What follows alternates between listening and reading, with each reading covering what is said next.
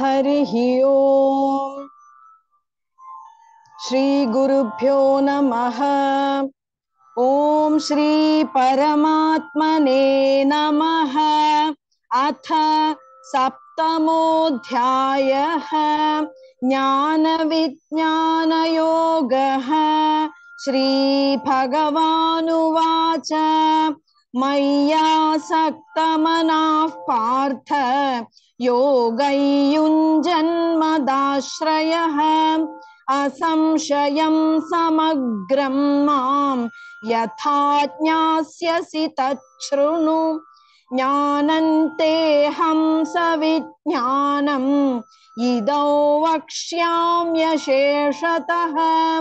यज्ञात्वा नेह भूयोऽन्यत् ज्ञातव्यमवशिष्यते। मनुष्याणां सहस्रेषु कश्चिद्यतति सिद्धये यततामपि सिद्धानां कश्चिन्मां वेत्ति तत्त्वतः। भूमिरापो नलो वायुः खं मनो बुद्धिरेव च अहंकार इतीयं मे भिन्ना प्रकृतिरष्टधा। अपरेयमितस्त्वन्यां प्रकृतिं विद्धि मे परां जीवभूतां महाबाहो ययेदन्धार्यते जगत्। एतद्योनीनि भूतानि सर्वाणीत्युपधारय अहं कृत्स्नस्य जगतः प्रभवः प्रलयस्तथा। मत्तः परतरं नान्यत् किञ्चिदस्ति धनञ्जय। मयि सर्वमिदं प्रोतं सूत्रे मणिगणा इव। रसोऽहमप्सु कौन्तेय प्रभास्मि शशिसूर्ययोः।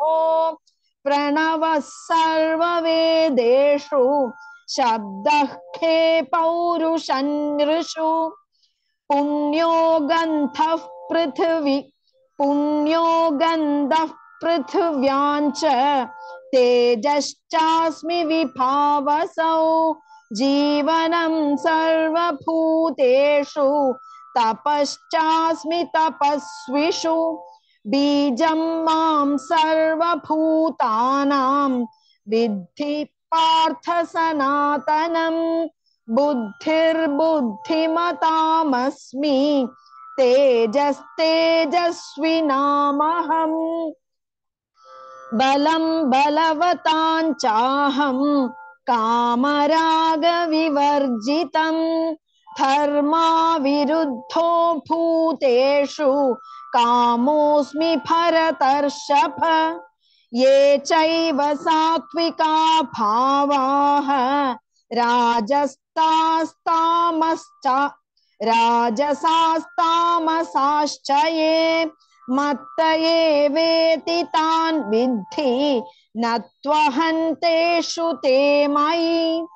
त्रिभिर्गुणमयैर्भावैः येभिः सर्वमिदं जगत् मोहितं नाभिजानाति मामेभ्यः परमव्ययम्। दैवी ह्येषा गुणमयी मम माया दुरत्यया। मामेव ये प्रपद्यन्ते मायामेतां ते। न मां दुष्कृतिनो मूढाः प्रपद्यन्ते नराधमाः। माययापहृतज्ञानाः आसुरं भावमाश्रिताः। चतुर्विधा भजन्ते मां जनाः सुकृतिनोऽर्जुन। आर्तो जिज्ञासुरर्थार्थी ज्ञानी च भरतर्षभ। तेषां ज्ञानी नित्ययुक्तः एकभक्तिर्मां भक्तिर्विशिष्यते प्रियो हि ज्ञानिनोत्यर्थम्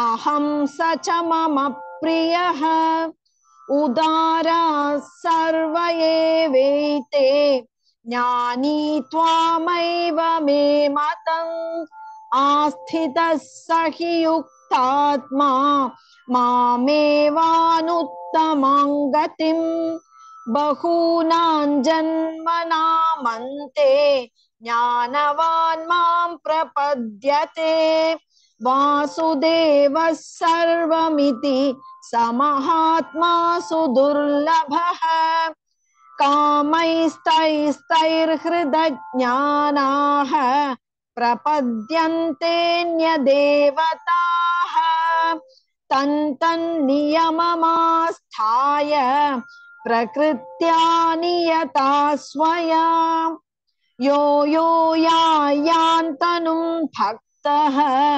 श्रद्धयार्चितुमिच्छति तस्य तस्याचलां श्रद्धां तामेव विदधाम्यहम् सतया श्रद्धया युक्तः तस्याराधनमीहिते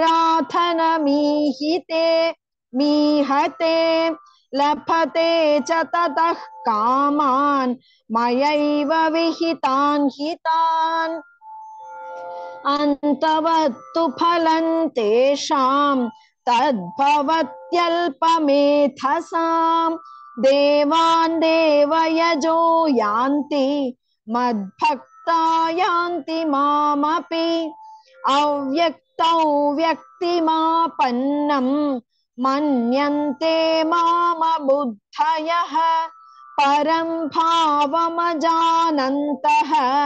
ममाव्ययमनुत्तमम् नाहं प्रकाश सर्वस्य योगमाया समावृतः मूढोऽयन्नाभिजानाति लोको मामजमव्ययम् वेदाहं समतीतानि वर्तमानानि चार्जुन भविष्याणि च भूतानि मां तु वेद न कश्चन इच्छाद्वेषसमुत्थेन द्वन्द्वमोहेन भारत सर्वभूतानि सम्मोहं सर्गे यान्ति परन्तप येषां त्वन्तगतं पापं जनानां पुण्यकर्मणां ते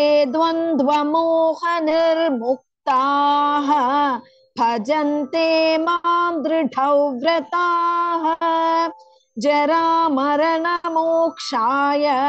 मामाश्रित्य यतन्ति ये ते ब्रह्म तद्विदुः कृत्स्नम् अध्यात्मं कर्म चाखिलम् साधिभूतातिदैवं मां साधियज्ञं च ये विदुः प्रयाणकालेऽपि च मां ते विदुर्युक्तचेतसः ॐ तत्सदिति श्रीमद्भगवद्गीतासु उपनिषत्सु ब्रह्मविद्यायां योगशास्त्रे श्रीकृष्णार्जुन संवादे ज्ञानविज्ञानयोगो नाम सप्तमोऽध्यायः सर्वधर्मान् परित्यज्य मामेकं शरणं व्रज अहं त्वा सर्वपापेभ्यः मोक्षयिष्यामि मा शुचः।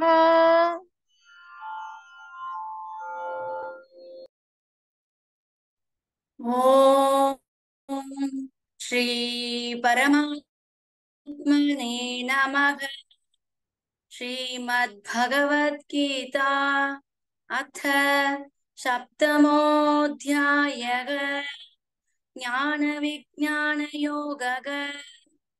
श्रीभगवानुवाच मय्यासक्तमनाः पार्थ योगैयुञ्जन्मताश्रयः अशंशयं समग्रं मां यथा ज्ञास्यसि तच्छृणु ज्ञानन्तेगं सविज्ञानम् इदौ वक्ष्याम्यशेषतः यज्ञात्वा नेह भूयोऽन्यत् ज्ञातव्यमवशिष्यते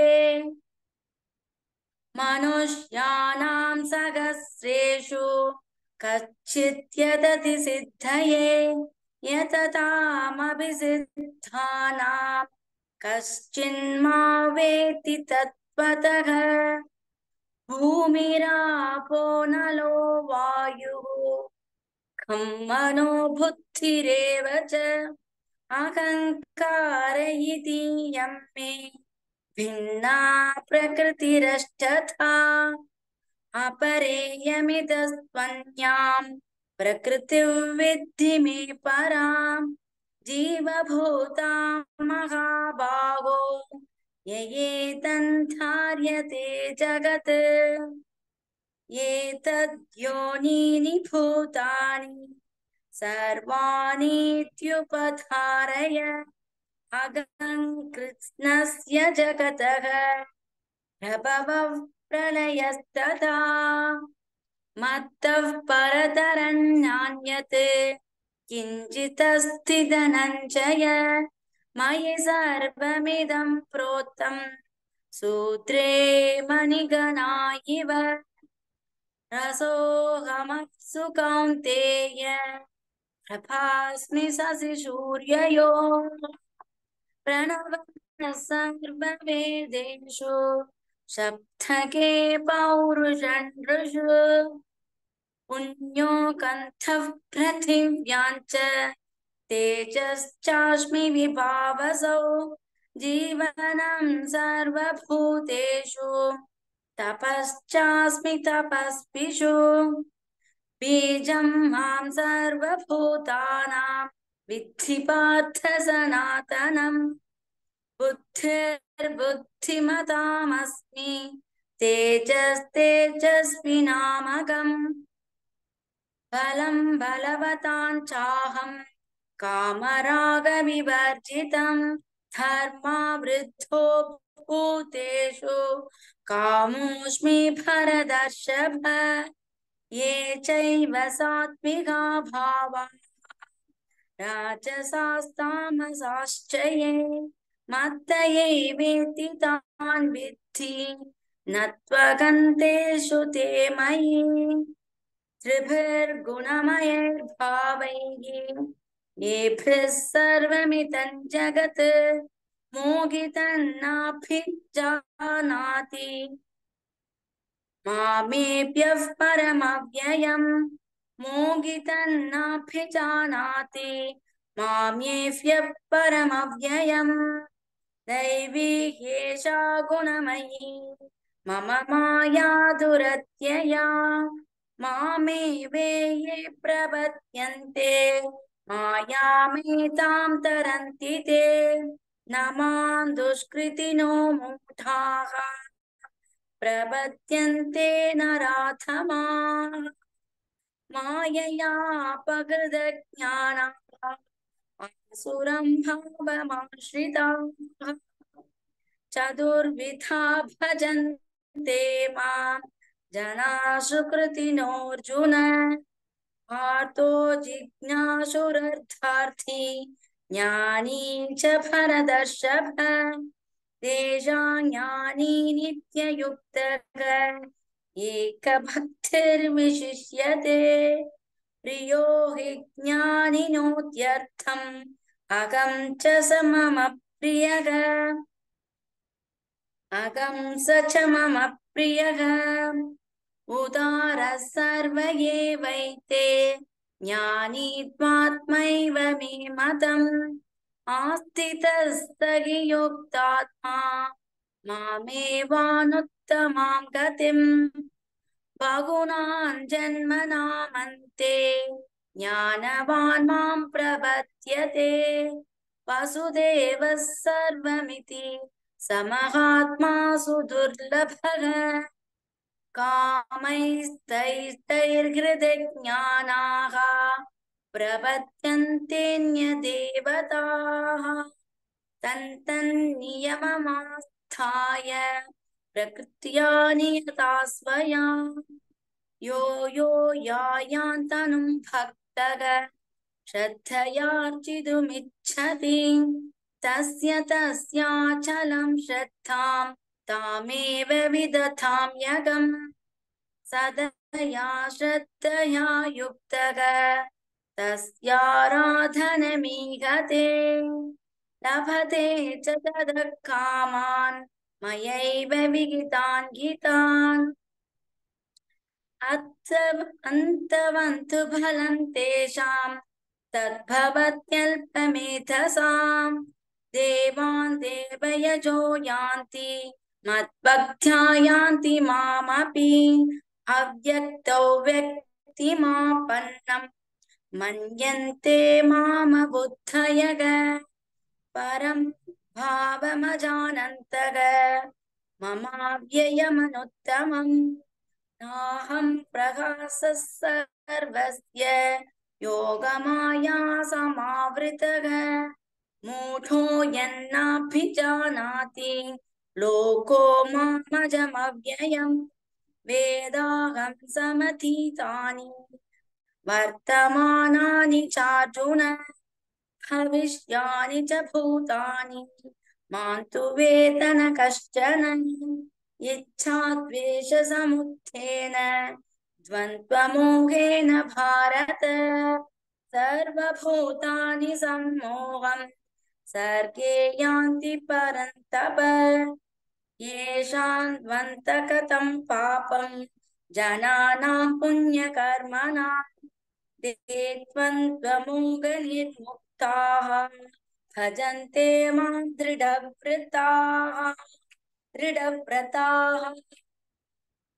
जरामरणमोक्षाय मामाश्रित्य यतन्ति ये ते ब्रह्म तद्विदुः कृत्स्नम् अध्यात्मं कर्म चाखिलम् चाधिभूताधिदैवं मां चाधियज्ञं च ये विदुः प्रयाणकालेऽपि च मां ते विदुर्युक्तचेतसः ॐ तत्सदिति श्रीमद्भगवद्गीतासु उपनिषत्सु ब्रह्मविद्यायां योगशास्त्रे श्रीकृष्णार्जुनसंवादे ज्ञानविज्ञानयोगो नाम सप्तमोऽध्यायः।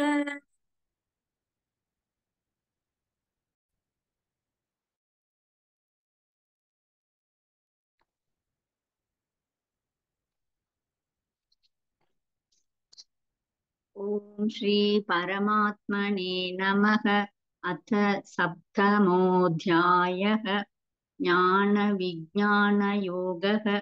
श्रीभगवानुवाच मय्यासक्तमनः पार्थ योगैर्युञ्जन्मदाश्रयः असंशयं समग्रं मां यथा ज्ञास्यसि तच्छृणु ज्ञानन्तेऽहं सविज्ञानम् इदौ वक्ष्याम्यशेषतः यज्ञात्वा नेह भूयोऽन्यत् ज्ञातव्यमवशिष्यते मनुष्याणां सहस्रेषु कश्चिद्यतति सिद्धये यततामभिसिद्धानां कश्चिन्मां वेति तत्त्वतः भूमिरालो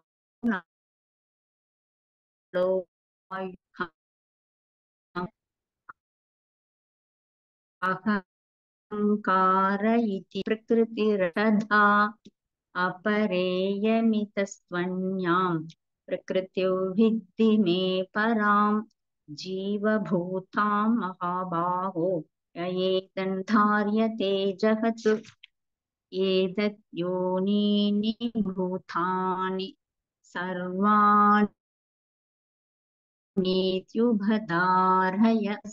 जगतः प्रभवः प्रलयस्तथा मत्तः किञ्चिदस्ति धनञ्जय जय मयि सर्वमिदं प्रोतं शूद्रे मणिगणा इव रसोऽहमप्सु कौन्तेय प्रभास्मि शशि सूर्ययोगो प्रणवः सर्वके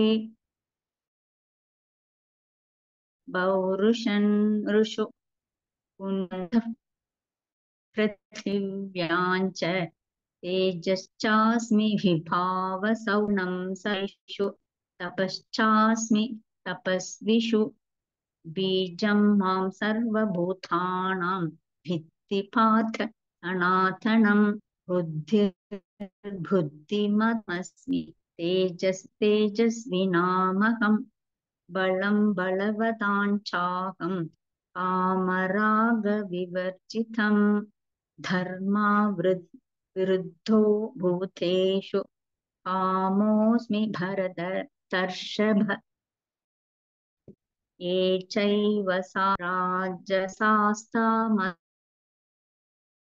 ये मतये तान् विद्धि न त्वकन्तेषु ते मयि त्रिभिर्गुणमये भावैः येभिः सर्वमिदं जगत् मोहिताति मामेभ्यः परमव्ययम् दैवी ह्येषा गुणमयी मामेव ये प्रपद्यन्ते मायामेतान् तरन्ति ते न मां दुष्कृतिनो मूढाः प्रपद्यन्ते नराधमाः कृतज्ञानाः आसुरं भावमाश्रिताः चतुर्विधा भजन्ते मां जना सुकृतिनोऽर्जुन आर्तो जिज्ञासुरर्थार्थी ज्ञानी च भरतर्षभ तेषां ज्ञानी नित्यविशिष्यते प्रियो हि ज्ञानिनोत्यर्थम् अहं च मम प्रियः उदारा सर्व एवैते ज्ञानी तात्मैव मे मतम् आस्थितः स हि युक्तात्मा मामेवानुत्तमां गतिम् बहूनां च जन्मनामन्ते ज्ञानवान् मां प्रपद्यते वासुदेवः सर्वमिति समहात्मा सुदुर्लभः कामैस्तैस्तैर्हृदज्ञानाः प्रपद्यन्तेऽन्यदेवताः तन्नियममासाय तास्वया यो यायान् तनुं भक्तः श्रद्धया चितुमिच्छति तस्याचलां श्रद्धां दधाम्यहम् सतया श्रद्धया युक्तः तस्य राधनमीहते लभते च ततः कामान् मयैव विहितान् हितान् अन्तवन्तु बलं तेषां तद्भवत्यल्पमेधसां देवान् देवयजो यान्ति मद्भक्ता यान्ति मामपि अव्यक्तव्यक्तिमापन्नं मन्यन्ते मामबुद्धयः परं भावमजानन्तः ममाव्ययमनुत्तमम् नाहं प्रकाशः सर्वस्य योगमाया समावृतः मूढो यन्नापि जानाति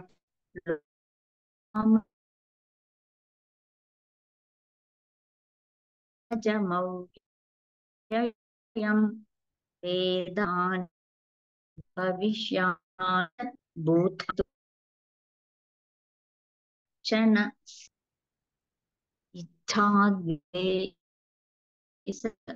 समुद्रेण द्वन्द्वमोहेन भारत सर्वभूतानि सम्मोहं सर्गे यान्ति परन्तप येषां त्वं पापं जनानां पुण्यकर्मणां ते द्वन्द्वमोहनिर्मुक्ताः भजन्ते मां दृढौ व्रताः जरामरणमोक्षाय मामाश्रित्य यतन्ति ये ते ब्रह्म तद्विदुः कृत्स्नम् अध्यात्मं कर्म चाखिलं साधिभूतञ्च ये विदुः प्रयाणकालेऽपि च मां ते विदुर्युक्तचेतसः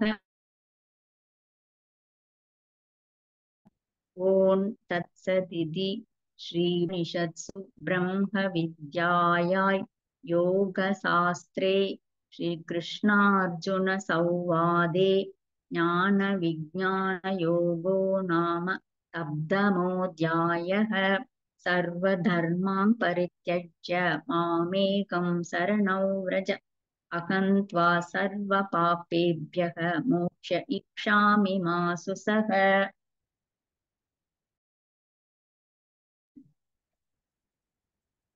ॐ श्री परमात्मने नमः। अथ सप्तमोऽध्यायः ज्ञानविज्ञानयोगः। श्रीभगवानुवाच मय्यासक्तमनः पार्थ योगैर्युञ्जन्मदाश्रयः असंशयं समग्रं मां यथा ज्ञास्यसि तच्छृणु ज्ञानन्तेऽहं सविज्ञानम् इदौ वक्ष्याम्यशेषतः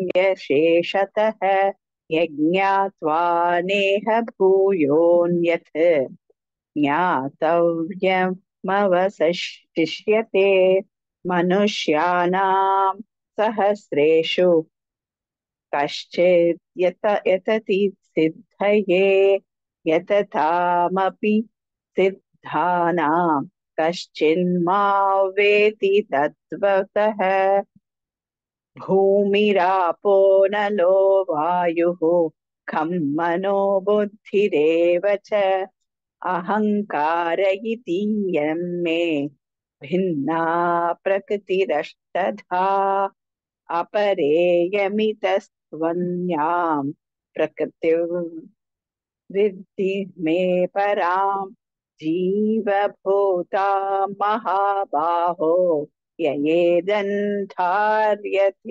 जगत् एतत् योनीनि भूतानि सर्वाणीत्युपधारयत् अहं कृत्स्नस्य जगतः प्रभवः प्रलयस्तथा मत्तः परतरं नान्यत् किञ्चिदस्ति धनञ्जय मयि सर्वमिदं प्रोतं सूत्रे मणिगणा इव रसोऽहमप्सु कौन्तेय प्रभास्मि शशिसूर्ययोः प्रणवः सर्ववेदेषु शब्दः के पौरुषं नृषु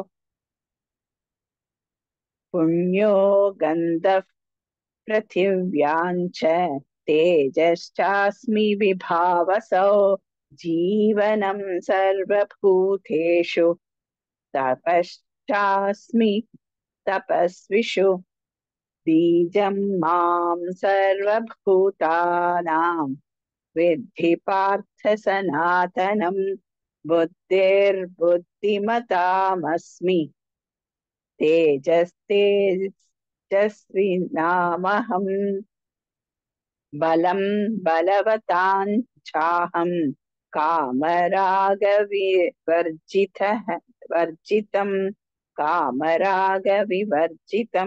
धर्माविरुद्धो भूतेषु कामोऽस्मि भरतर्षभ ये चैव सात्विका भावाः राजसास्तामसाश्चये मत्त ये वेति तान् विद्धि न त्वन्तेषु ते मयि त्रिभिर्गुण त्रिभिर्गुणमयैर्भावैः सभिः सभिः sorry, त्रिभिर्गुणमयैर्भावैः येभिः सर्वमिदं जगत् मोहिन्नाभिजानाति मामेभ्यः परमव्ययम् दैवी ह्येषा गुणमयी मम माया दुरत्यया मामेव ये प्रपद्यन्ते मायामेतान्तरन्ति ते न मां दुष्कृतिनो मूढाः प्रपद्यन्ते नराधमाः मायया प्रहृतज्ञानाः आसुरं भावमाश्रिताः मां जनाः सुकृतिनोऽर्जुन आर्थो जिज्ञासुरर्थार्थी ज्ञानी च भरतर्षभ तेषां ज्ञानी नित्ययुक्तः एकभक्तिर्विशिष्यते प्रियो हि ज्ञानिनोत्यर्थम् अहं स च मम प्रियः उदाराः सर्व एवैते ज्ञानित्वामैव मे मतम् आस्थितः स हि युक्तात्मा मामेवानुत्तमां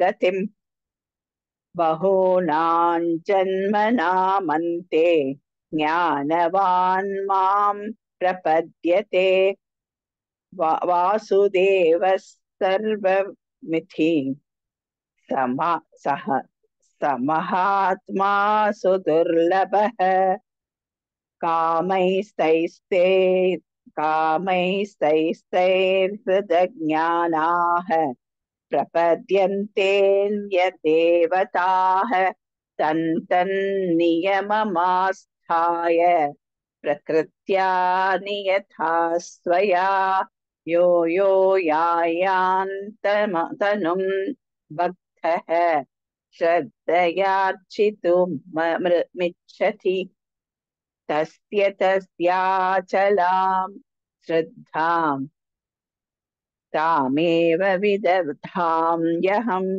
तदया श्रद्धया युक्तः तस्याराधनमीहते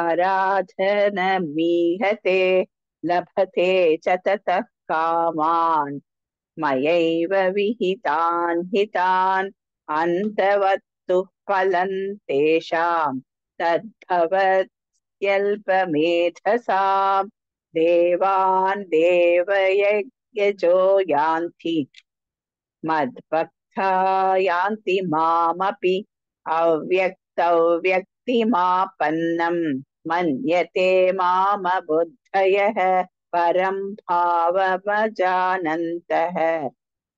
ममाव्ययमनुत्तमं नाहं प्रकाशः सर्वस्य योगमाया समावृतः मूढो यन्नाभिजानाति लोको मामजमव्ययम् वेदाहं समतीतानि वर्तमानानि चार्जुन भविष्यानि च भूतानि मां तु वेद न कश्चन इच्छाद्वेषं समुत्थेन द्वन्द्वमोहेन भारत सर्वभूतानि सम्मोहं सर्गे यान्ति परन्तप येषां त्वन्तगतं पापं जनानां पुण्यकर्मणां ते द्वन्द्वमोह निर्मुक्ताः भजन्ते मां दृढव्रताः जरामरणमोक्षाय मामाश्रित्य यतन्ति ये ते ब्रह्म तद्विदुः कृत्स्नम् अध्यात्मकर्म चाखिलम् साधिभूताधिदैवं मां साधियज्ञच्च ये विदुः प्रयाणकालेऽपि च मां ते विदुर्युक्तचेतसः ॐ तत्सदिति श्रीमद्भगवद्गीतासु उपनिषत्सु ब्रह्मविद्यायां योगशास्त्रे श्रीकृष्णार्जुनसंवादे ज्ञानविज्ञानयोगो नाम सप्तमोऽध्यायः।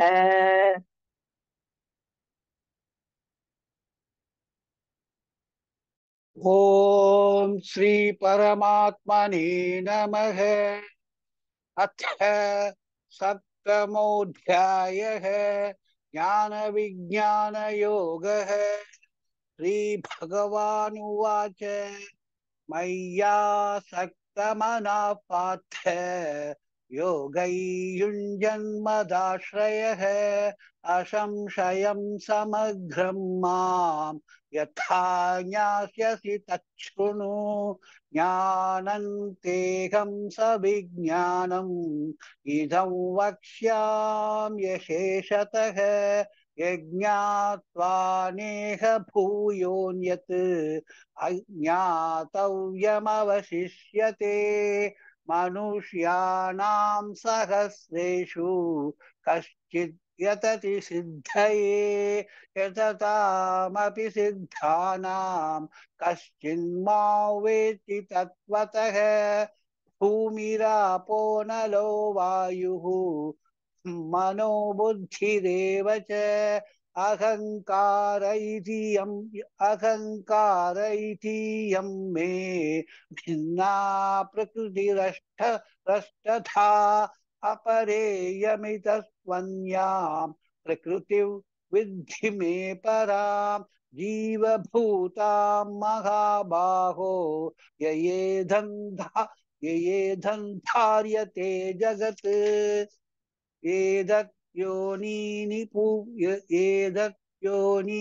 भूतानि सर्वाणि ध्युपधारय अहं कृष्णस्य जगतः प्रभः प्रलयस्तथा मत्तः परतरं नान्यत् किञ्चिदस्ति धनञ्जय।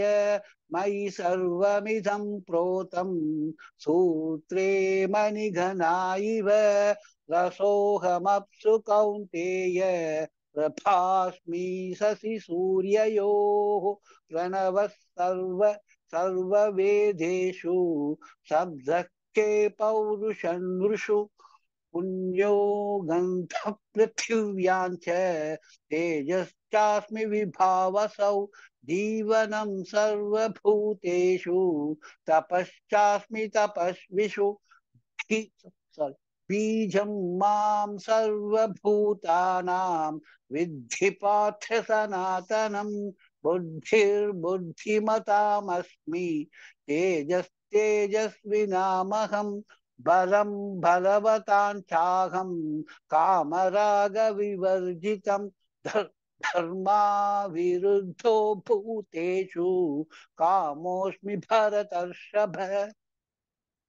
ये चैव सात्विका भावाः राजसास्तामसाश्च ये मत्त एवेति तान् विद्धि न त्वहन्तेषु ते मयि त्रिभिर्गुणमयैर्भावैः ये सर्वमिदं जगत् मोहितं नाभिजानाति मामेभ्यः परमव्ययम्। दैविशेषा गुणमयी मम माया दुरत्यया मामेव ये प्रपद्यन्ते मायामेतां तरन्ति ते। न मां दुष्कृतिनो मूढाः प्रपद्यन्ते नराधमाः मायया पहृतज्ञानाः आसुरं भावमाश्रिताः। चतुर्विधा भजन्ते मां जना सुकृधिनोऽर्जुन आर्तो जिज्ञासुरर्थी ज्ञानी च भरतर्षभ तेषां ज्ञानी नित्युक्तः एकभक्तिर्विशिष्यते प्रियो हि ज्ञानिनोत्यर्थम् अहं स च मम प्रियः उदारा सर्व एवैते ज्ञानी त्वात्मैव मे मतम् आस्थितः स हि युक्तात्मा मामेवानुत्तमां गतिम् बहूनां जन्मनामन्ते ज्ञानवान् मां प्रपद्यते वासुदेवः सर्वमिति स महात्मा सुदुर्लभः कामैस्तैस्तैहृदज्ञानाः प्रपद्यन्ते न्यदेवताः तं नियममास्थाय प्रकृत्या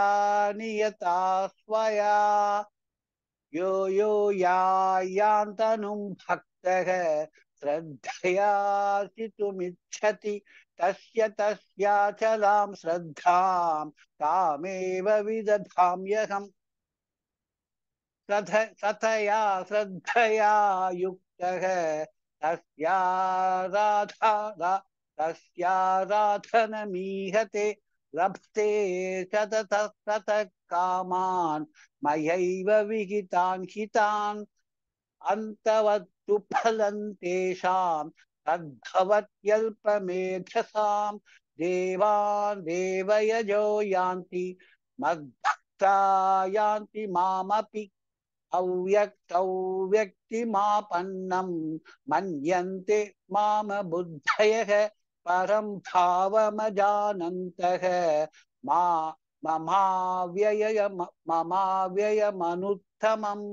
नाहं प्रकाशः सर्वस्य योगमाया समावृतः मूढो यन्नाभिजानाति लोको मामजमव्ययम् वेदाहं समतीतानि वर्तमानानि चार्जुन भविष्यानि च भूतानि मां तु वेदन कश्चन इच्छाद्वेषसमुत्थेन द्वन्द्वमोहेन भारत सर्वभूतानि सम्मोहं सर्गे यान्ति परन्तप येषां त्वन्तगतं पापं जनानां पुण्यकर्मणां ते